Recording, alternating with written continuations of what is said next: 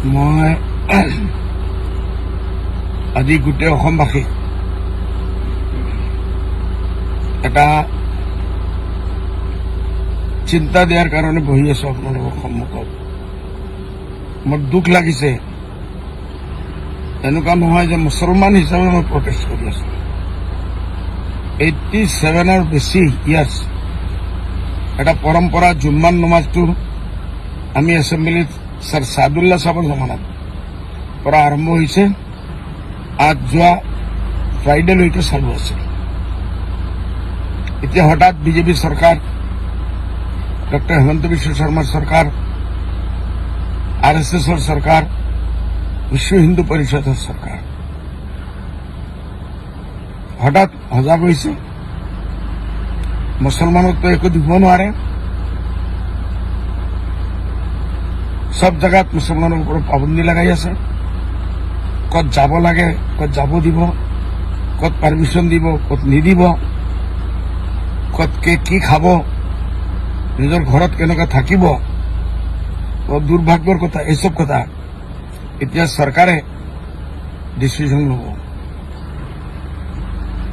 আজি গোটেই অসমত মূল্যবৃদ্ধি আসমানত গৈ পাইছে। ফ্লাডৰ মামলা, গুৱাহাটীৰ নিৰাপত্তা নাই।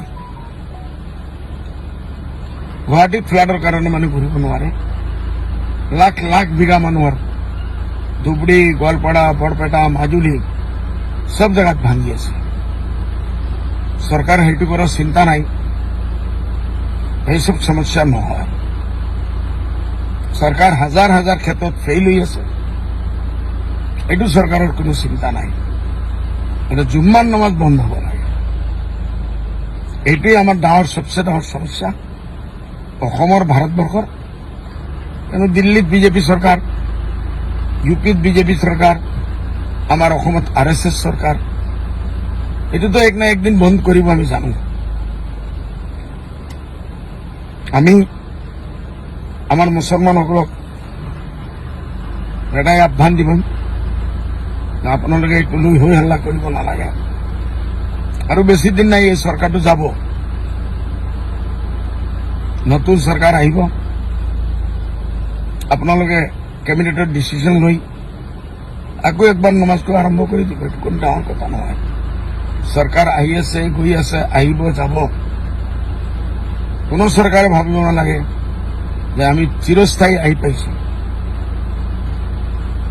দিন বদিন ৰুলিং পাৰ্টিৰ পজিশ্যনটো বেয়া হৈ আছে। ভিতৰুৱা কেছকাল আৰু বহুত প্ৰব্লেম চলি আছে।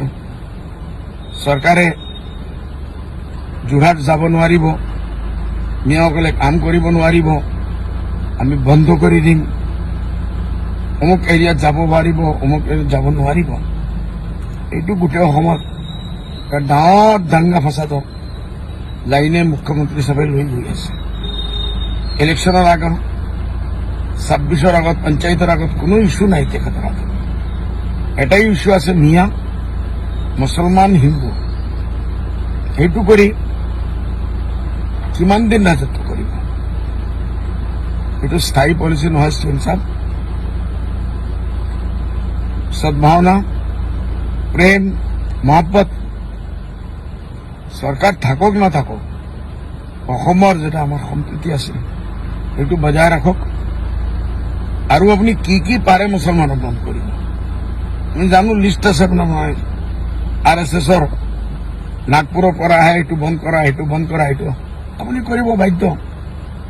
যেনে CM থাকিবলৈ আপুনি এইটো কৰিবই লাগিব। দুখৰ কথা, ডাঙৰ ডাঙৰ সমস্যা আমাৰ সমস্যা আছে, ইছ্যুজ আছে। সেইটো চৰকাৰে বন্ধ কৰিব নোৱাৰে। খালি জুম্মান নমাজেই সবচে ডাঙৰ ইছ্যু হৈ গ'ল। মই আমাৰ মুছলিম MLA সকল, মিয়া ভাইসকলক, মুছলমান সমাজক মই আহ্বান জনাওঁ, আপোনালোকে অলপ শান্তি ধৰক, ধৈৰ্য ধৰক। আৰু কি কি আছে ডক্টৰ হেমন্ত সাহেবে কৰি দেখাই দিয়ক। 2026 আমাৰ সন্মুখত আছে। আপোনালোকে সেই টাইমত পলিটিক্যালি এইটো কি উত্তৰ দিব লাগে আপোনালোকে দিব। মোৰ আশা আছে এতিয়ালৈকে আপোনালোকে অসমত শান্তি ৰাখিব, এইটো লৈ হাল হুলস্থুল নকৰিব, এইটোৱে মোৰ আহ্বান।